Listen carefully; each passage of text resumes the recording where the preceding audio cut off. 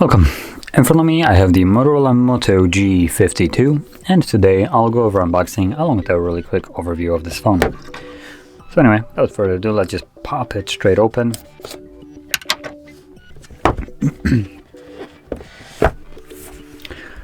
In here I'll get obviously the phone, and in typical Motorola fashion the phone is already in a case, as you can see.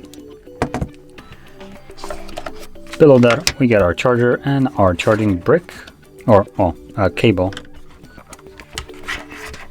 And the charger itself is a 33 watt charger.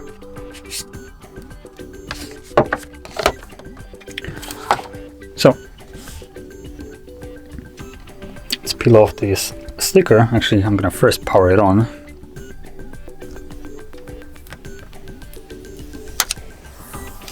There we go.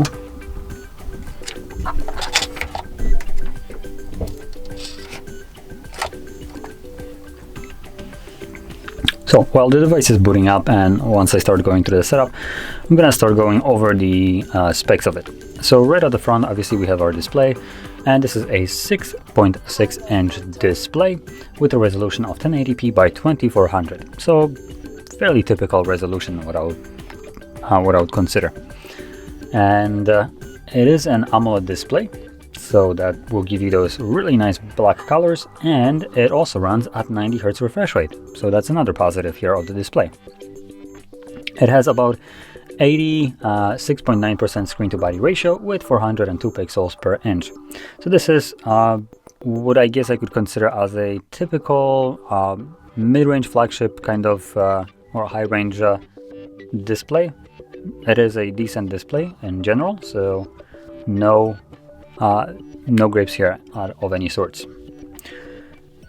Just quickly finish this up so I can flip it over.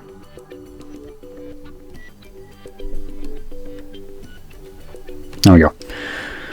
So if we flip it over, you can see the triple camera setup.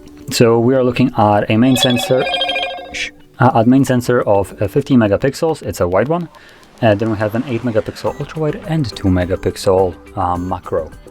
Now, to be honest, the 2 megapixel macro does not exist. This is a absolute shit camera, and there is no reason for it to be included on here, considering you can basically use the 50 megapixel wide sensor, do a 2x zoom, capture whatever you want with it, and then basically get up close, and it will have much better quality than what you will achieve with that 2 megapixel macro. So don't use the macro sensor here.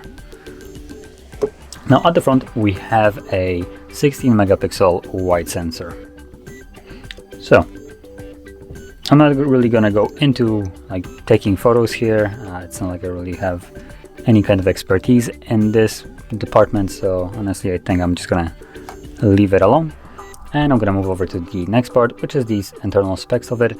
So we're looking at a Snapdragon 680. It's a 4G, so no 5G connectivity on this device. If you're looking for 5G, you're not gonna get it here. But it's nice that we get a Snapdragon here, a 680. And it obviously comes in two variants, as almost every phone comes with at least two variants of storage.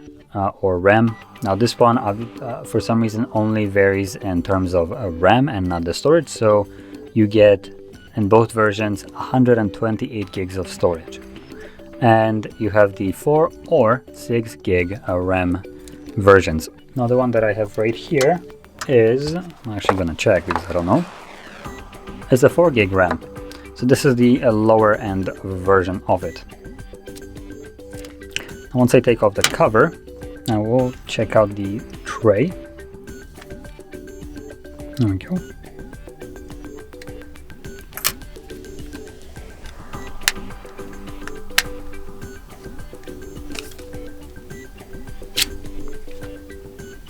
There we go. So on the tray, as you can see, you have space for a SIM card and SD card. So if 128 gigs of storage isn't enough for you, you can comfortably expand it past that, up to like probably a terabyte. So that will be most likely sufficient enough storage for almost everybody. And lastly, we have a 5000 mAh battery in here, side-mounted fingerprint sensor that doubles as a power button, as you can see right here, and headphone jack, which is I guess a feature nowadays, Type-C charging, so that's also nice. And that's about it from just like worth mentioning things.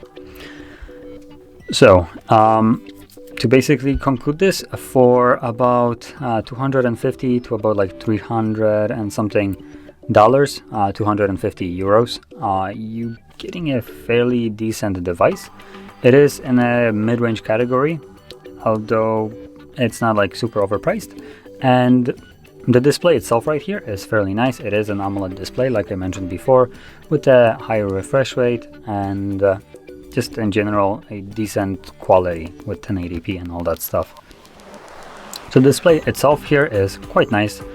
Rest of it, you get just a typical Motorola experience with a almost bare bone like stock version of Android, minus just the Moto app, which will include certain couple like Motorola features that you can just get from here.